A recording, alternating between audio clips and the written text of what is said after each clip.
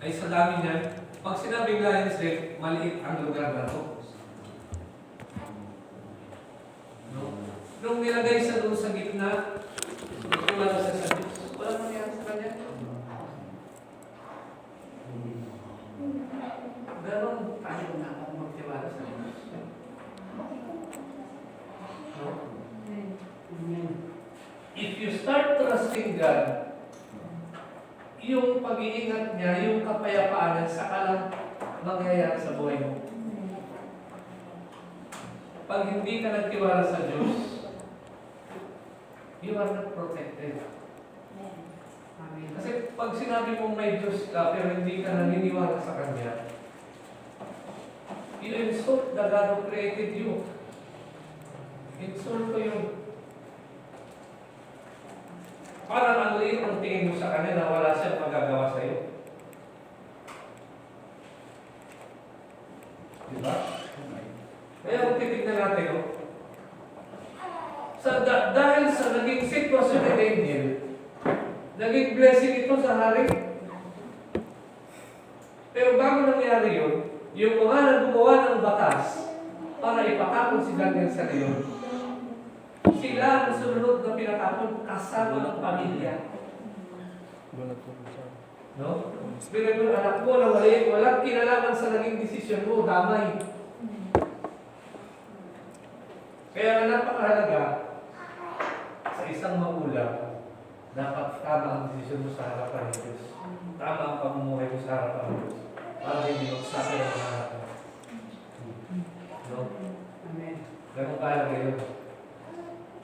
Kaya nga, ang pagkakamali ng isang naman tayo, nadadama yung anak sa kasalanan ng ama. No? Kita natin. Pero ang nangyari doon, dahil napatunayan ng hari na si David, si Daniel walang kasalanan. Ano nangyari? Kinilala niya ang Diyos ni Daniel. Ano sinabi niya? Di ba? I issue a decree in every part of my kingdom. People must fear and reverence the God of Daniel.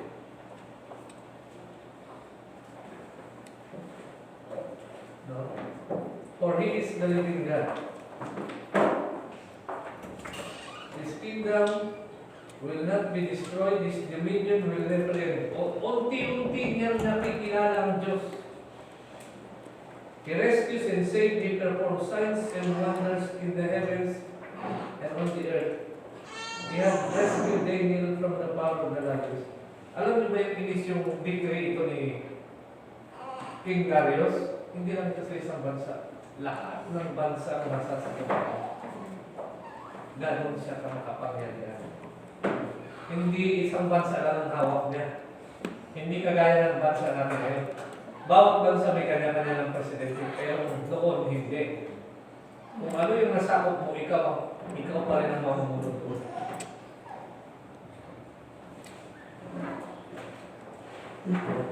Kaya nga, napakahalaga yung pagtitiwala natin sa Diyos. No?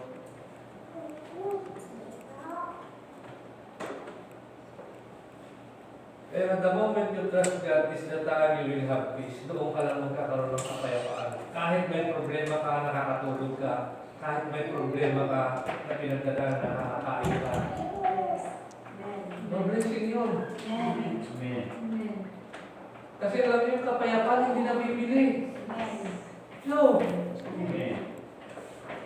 Hindi nabibili ang kapayapaan. Si Haring Darius, hindi mapaalit. Mayaman siya. Walang magawa ang kayamanan niya. Until sa time na patunayan ni Daniel na mayroon siya ng Diyos na nagpo-protect sa kanya. No? Kaya napakahalaga yung trust. Sinabi ng John, chapter 14, verse 1, huwag mapagabag ang inyong kalooban, sumampalataya kayo sa Diyos, sumampalataya din kayo sa akin. Pagdating sa verse 2, sabi niya, sa bahay ng aking ama ay maraming silid. Kung hindi ito totoo, sasabihin ko ba sa inyo, pupunta ako upang ipaghanda ko kayo ng matitirahan. Kung titignan natin ang verse 1, excuse me.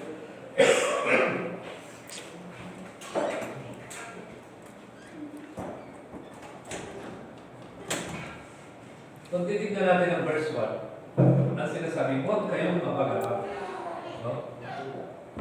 Trust in God, trust also in me. Pagdating sa verse 2, sinasabi niya, sa bahay ng aking ama ay maraming silid. Kung hindi ito totoo, sasabihin ko ba sa inyo, papunta ako upang ipaghanda ko kayo ng matitirahan. Sa tingin nyo, ano ang gustong mangyari ng Diyos? Bakit niya binanggit ito? Ano ang gusto ng Diyos na maranasan mo? Bagabag ka. Sinabi, magtiwala ka sa Diyos. Sa bahay ng aking ama, ay mayroong silid. Ano ang gustong iparanas sa iyo ng Diyos? Bakit niya sinabi yun?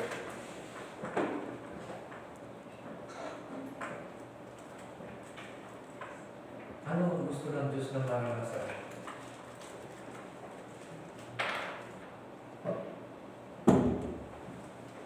Ang mga pangula, bibigyan ko ng 150 pesos. Oh, parang mag-isip kayo.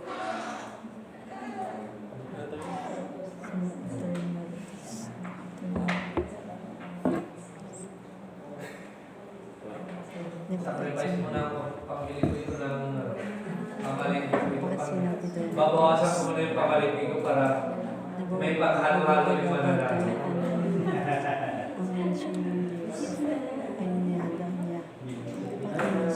Huwag mabagabag ang inyong kalooban. Trust in God, trust also in me. Sa bahay ng aking ama ay mayroong silid. Kung hindi ito totoo, sasabihin ko ba sa inyo? Ano ang gusto ng Diyos na maranasan mo?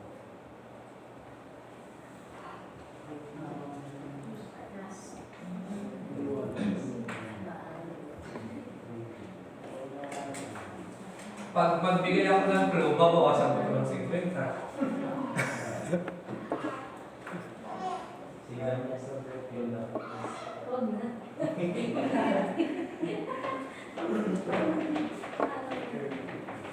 Ano? Bawasan ko ng 50. Magbigay ako ng clue. Mali. Ha? Clue? Clue na? Yung gusto ng clue, taas ang kamay. Gusto mo magsagot? Sige. Ano, bawasan ko na?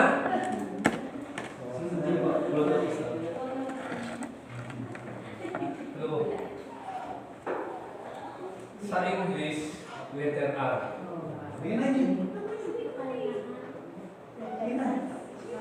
Sa Tagalog, K. Kapahingahan.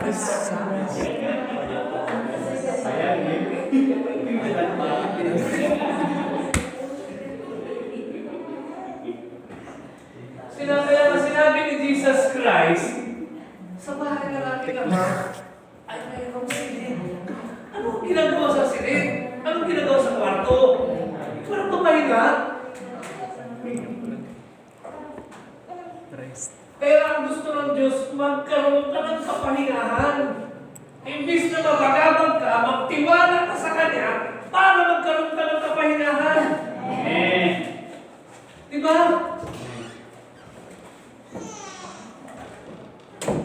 Hindi lang yun. Yung inihanda ng silid sa iyo, sa kabilang buhay, sigurado yun.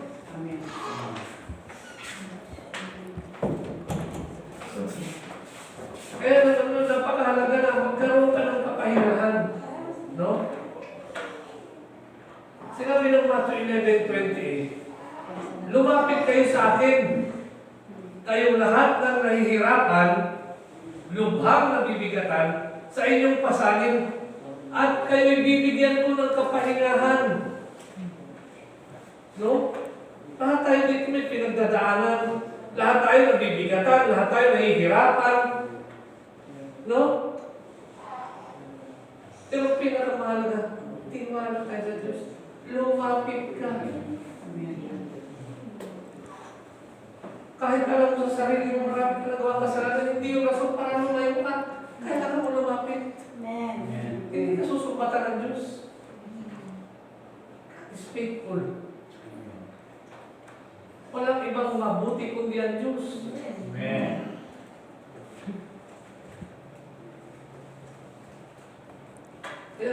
God's message in this passage is that He wants to have a close relation to us.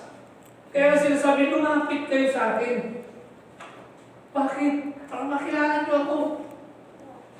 Makilala niyo na mayroong Diyos. Alam ko yung problema ninyo. Diba? Alam ng Diyos na kailangan mo ng tulong, pero minsan hindi mo alam kung saan katatakbo. Amen? Amen. Minsan alam din ng Diyos na kailangan mo ng kaibigan, pero ang hirap maghanap ng tunay. No? Lalo na pag politiko, kayo makikipagkaibigan sa politiko. Isa yan sa mga sinungaling. Isa yan sila sa mga sinungaling.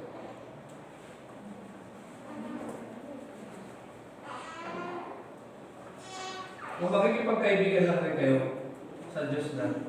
Amen.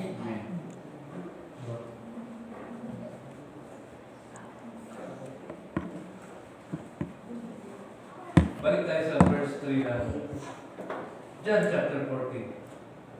Sabi niya doon, at kapag may paghanda ko na kayo ng matitirhan, ako'y babalik at isasama ko kayo upang kayo'y makapilit ko kung saan ako gano'n. Meron ako gustong i-share sa inyo na story. Merong dalawang magkaibigan.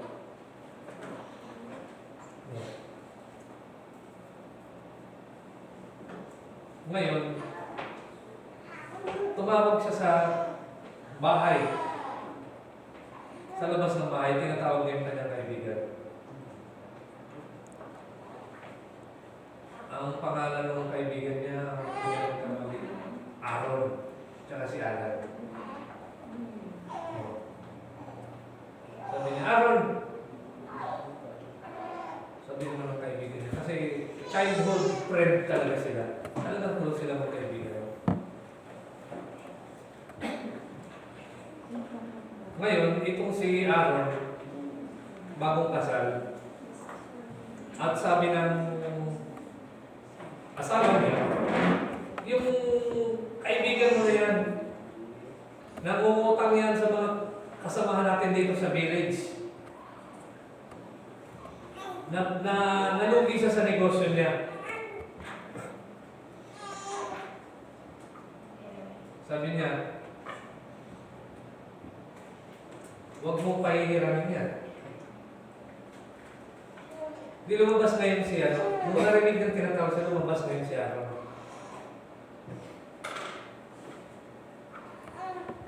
Ang si Alan pala lumabas. Sabi ngayon ni Aaron sa kanya. Sabi niya, bakit tawag ka ng tawag? Halika dito. Hindi, nandito lang ako, sabi niya. Anong problema? Sabi niya, kailangan ko ng pera. Sabi niya, tinanong mo na siya, may problema ako. Sabi niya, bumagsak ang negosyo. Sabi niya, kailangan mo ba ng pera? Oo. Naglibot ako sa mga kapitbahay natin dito sa layo natin. Pero walang mo kaya sa akin. Ilan ang kailangan mo, sabi niya? $20,000.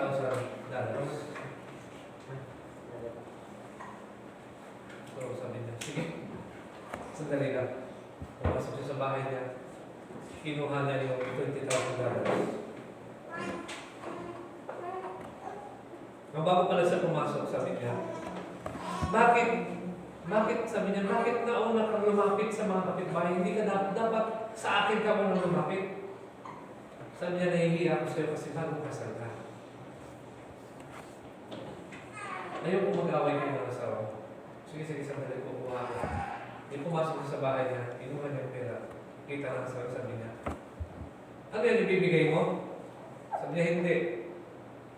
Pautang ito sa ngayon. Sabi niya, pag binigay mo yan, makikipag-divorce ako sa iyo. Hindi madaling desisyon yun. Kasi, relationship niyo nakasalalay. Relationship niyo mag-asawa, pero iniingatan mo yung relationship niyo magkaibigan. So, paglabas niya ng dala-dala ng pera, sabi niya, ito na. Sabi niya, hindi mo na. Itabay mo na lang. Baka mag-away kayo ng asawa. Sabi niya, hayaan mo na yun.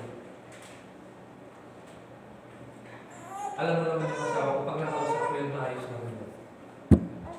So, pinahiram niya. After 6 years, tumawag si Alan, yung pinahiram niya. Kinamusta niya. Sabi niya, kamusta ang negosyo ko ngayon dyan? Sabi niya, gumaganda. Gumaganda ang takbo ng negosyo. Sabi niya, pag maging maayos na ang lahat, sabi niya, dadalhin kita. Dito tayo maninirahan sa siyudad. Sabay natuwa naman ito si Alan. Sabi niya, sige, pagbutihin mo, hihintayin kita. Hihintayin kita. After 6 years, nagkaroon ng corporation ng company niya. Maglo-launch sila ng celebration. Sabi ng secretary ni Aaron, boss, magsiselebrate ba tayo? Oo. Pero, ipapaalam ko muna ito sa big boss natin. Nagulat yung secretary, big boss? Sino yung big boss natin? Pupuntahan natin siya ngayon. Isasama dito. Nung dumating siya doon sa probinsya nila o sa village nila, nakita niya si Alan nagbubungkal. Partner kasi yun. Nagbubungkal. Tapos tinawag sa niya, brother, nung nakita siya ni Alan, grabe ang ngiti ni Alan. Tumakbo siya, bilis ang takbo niya. Halos madapa ko siya nung tumatakbo siya. Tapos niyakap niya yung kanyang kaibigan.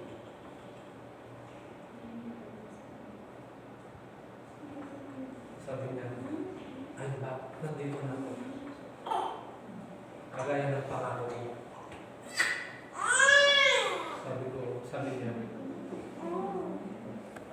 Sabi niya sa mga sekretary niya, i-greet niyo yung ating big boss. I-greet. Tapos inabot yung susi ng kotse, titulo ng bahay, tsaka yung shares niya sa company. Sabi niya, hindi ako deserving dyan. Sabi ng big boss, sabi ng kaibigan siya, deserving ko. Walang ibang deserving kundi ikaw. Kaya tanggapin mo yan. Ito yung katibayan ng ating pagkakaibigan. Alam niyo nung ano ko yung story na ito, naluha ako. Kaya na-reflect ko dito sa verse na ito, sinabi ng akin, kapag nakapaghanda na ng dito, makabalik ako. Dadagin ko. Minsan, huwag kang manghinayang sa pwede mong ibigay para sa Diyos. Dahil hindi mo alam, magaling ang Diyos natin. Amen. Lahat ng sacrifice mo, lahat ng pagtitiis mo, may kapalit yan. At hindi nakakalimutan ang Diyos. Tandaan niya. Kahit mahirap ang buhay, huwag tiwala ka sa Diyos. Amen. Kaya niyang pag-aalin yan. Amen. Hindi pera ang nagpapagaan ng buhay, mga kapatid. Hindi pera. Pwede ka magkaroon ng laman ng wallet mo, pero hindi ka masaya.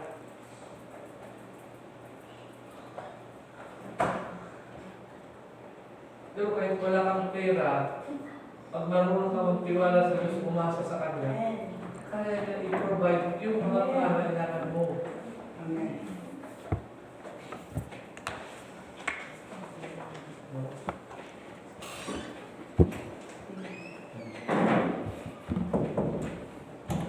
Kaya nga, no, ano man ang maging sitwasyon natin, saan man tayo dalhin ng takbuhin ng buhay, huwag kang mawala ng pag-asa. Amen. May panahon talaga na nanghihina kayo. Amen. Ako mismo, personally, nakakaranas din ako ng panghihina. No? Bumababa din ang spirit ko, pero lumalapit ako sa Diyos. May mga sitwasyon kasi na parang hinihila ka palayo. God is faithful. Pwede kang bumalik anytime. No? Kaya nga habang may grace pa ang Diyos, huwag natin na pangtuloy. No? Dapat bago siya bumalik, nakabalik ka na sa Kanya. Amen po ba? Kasi baka mawala yung kwarto mo sa langit. No?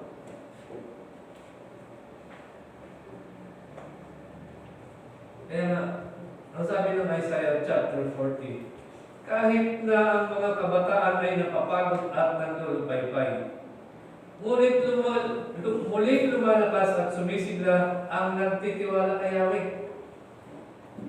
Ibig sabihin, kahit dumating yung panghihina natin, kaya i-restore ng Diyos yung kalakasan.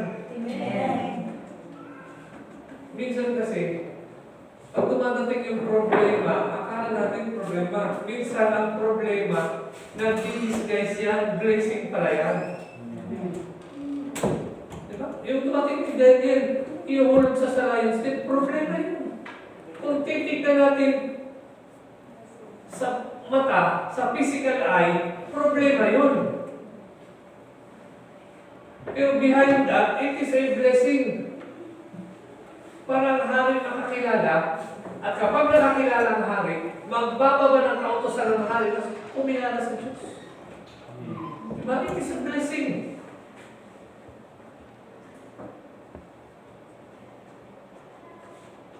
Si Daniel hindi siya pastor, hindi siya propeta. Daniel was a politician. No? Siya lang yung isa-isang politician na hindi nagsisinungaling. No?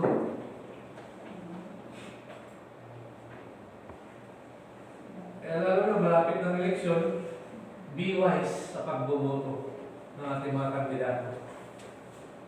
Huwag kayong masyado magtiwala sa mga namimigay ng pera. May kapalit yan. At huwag niyong pababain ang dignidad ninyo bilang tao dahil lang sa pera. No. Huwag niyo ipagbili ang pagkatao sa mga politiko. Huwag niyo ipagbili yung kinabukasan ninyo.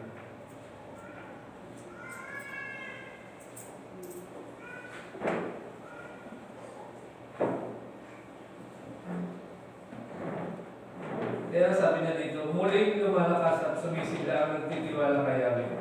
Lilipad silang tulad ng mga agila, sila'y tatakbo ngunit hindi mapapagod, sila'y lalakad ngunit hindi maghihina.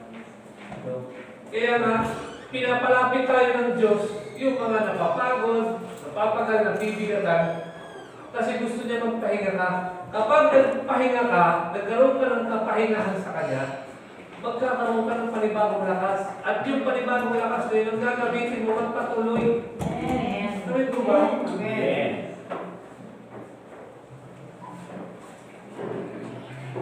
Last, Psalms 94:19. Nasabi dito, kapag ako ay ginugulo ng maraming suliranin, ang wagas na pag-ibig mo ang umaaliw sa akin. No? Lagi nating tandaan, kapag dumadaan tayo sa maraming problema, always remember the love of God. Mahal tayo ng Diyos. Amen. Amin po ba? May natutunan po ba tayo sa maraming problema? Amen. Kaya alam mo, napaka-buti ng Diyos mo. Yung mga nagtitiwala, hindi talaga nabibigo. Amen. I'm not well prepared sa pagtayo dito dahil nagkasakit ako. Masamang pakiramdam ako.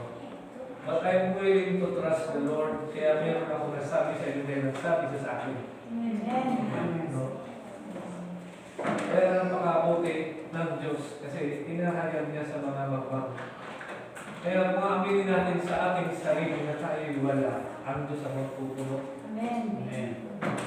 Amen. Ang Diyos kapag nagturo sa tao, mataas ang pinag-aralan mo, mababa, hindi ka nakapag-aral, maiintindihan mo pa sa galing sa Diyos. Yan ang katotohanan dyan. Kasi ang Diyos hindi mahirap magturo. Amen. Amin po ba? Amen. Sige po tayo break na yun. Tayo